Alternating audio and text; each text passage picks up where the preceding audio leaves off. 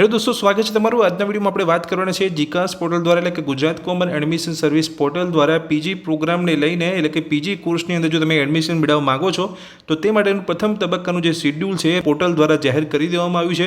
તો તમે જો અહીંયા પીજી કોર્સને લઈને એડમિશન મેળવવા માંગો છો તો કઈ તારીખથી કઈ તારીખ સુધી તમે રજિસ્ટ્રેશન કરી શકો છો, કઈ તારીખની અંદર તમારે અહીંયા વેરિફિકેશન ડોક્યુમેન્ટનું કરાવી લેવાનું છે, તે તમામ માહિતી વિશે તમને આ અંદર હું વાત કરવાનો છું। જો તમે ચેનલ પર નવા છો તો ચેનલને સબસ્ક્રાઇબ કરી લેજો। તો અહીંયા જીકાસ પોર્ટલ દ્વારા જે શેડ્યુલ જાહેર કરવામાં આવ્યું છે તમે અહીંયા જોઈ શકો છો। અનુસ્નાતક કક્ષાના પ્રોગ્રામમાં એટલે કે પીજી કોર્સને લઈને પ્રવેશ પ્રક્રિયા 2025-26 માટે પ્રથમ તબક્કાનું જે શેડ્યુલ છે જાહેર કરી દેવામાં આવ્યું છે।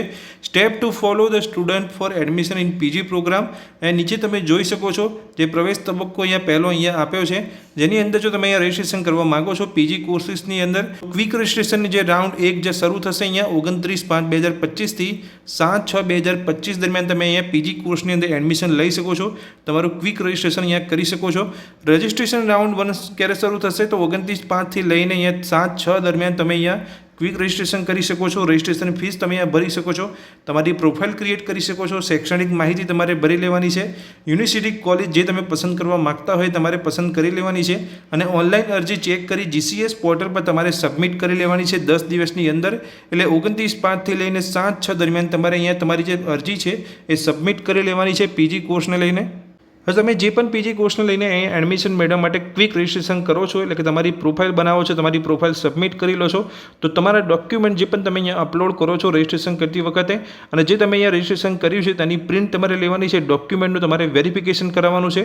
તો વેરિફિકેશન કઈ તારીખથી કઈ તારીખ સુધી કરવાનું છે જોઈ શકો છો। અહીંયા વેરિફિકેશન રાઉન્ડ 1 અહીંયા શરૂ થશે 29/5 થી લઈને 10/6/2025 દરમિયાન તમારા નજીકના સેન્ટર ઉપર જઈને તમારા ડોક્યુમેન્ટનું વેરિફિકેશન કરાવી લેવાનું છે, તો જ તમારું જે રજિસ્ટ્રેશન તમે કર્યું છે પ્રવેશને લઈને એ તમારી જે એપ્લિકેશન છે એ અહીંયા કમ્પ્લીટ સબમિટ થશે।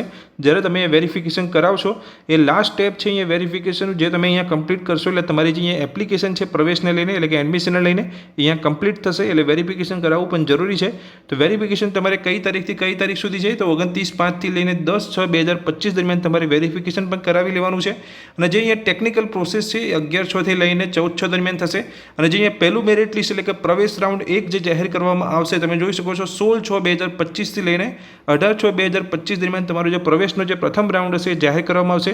જે પણ તમે કોલેજ પસંદગીની અંદર કોલેજ પસંદ કરી હશે તેની અંદર તમને મેરિટ અહીંયા જાહેર કરવામાં આવશે, તમારો ઓફર લેટરની તમને જોવા મળશે। તે તારીખ છે 16/6/2025 થી 18/6/2025 દરમિયાન તમારો પ્રવેશનો જે રાઉન્ડ પ્રથમ છે એ જાહેર કરવામાં આવશે, તમારું મેરિટ જાહેર કરવામાં આવશે। પ્રવેશ રાઉન્ડ બીજો જે જાહેર કરવામાં આવશે એ 20/6/2025 થી 21/6/2025 દરમિયાન કરવામાં આવશે અને પ્રવેશ રાઉન્ડ 3 એ જાહેર કરવામાં આવશે 24/6/2025 થી 25/6/2025 દરમિયાન અને પ્રવેશ રાઉન્ડ 4 જે જાહેર કરવામાં આવશે 27/6/2025 થી 28/6/2025 દરમિયાન જાહેર કરવામાં આવશે। એટલે 4 રાઉન્ડ ટોટલ અહીંયા જાહેર કરવામાં આવશે, જેની અંદર જો તમને પ્રવેશ રાઉન્ડ 1 ની અંદર પહેલું જે મેરિટ લિસ્ટ આવે છે એમાં જો તમારું નામ ના હોય તો પ્રવેશ રાઉન્ડ 2 ની અંદર પણ હોઈ શકે છે, પ્રવેશ રાઉન્ડ 3 ની અંદર હોઈ શકે છે, 4 ની અંદર હોઈ શકે છે। એટલે પ્રવેશ રાઉન્ડ ટોટલ 4 અહીંયા જાહેર કરવામાં આવશે।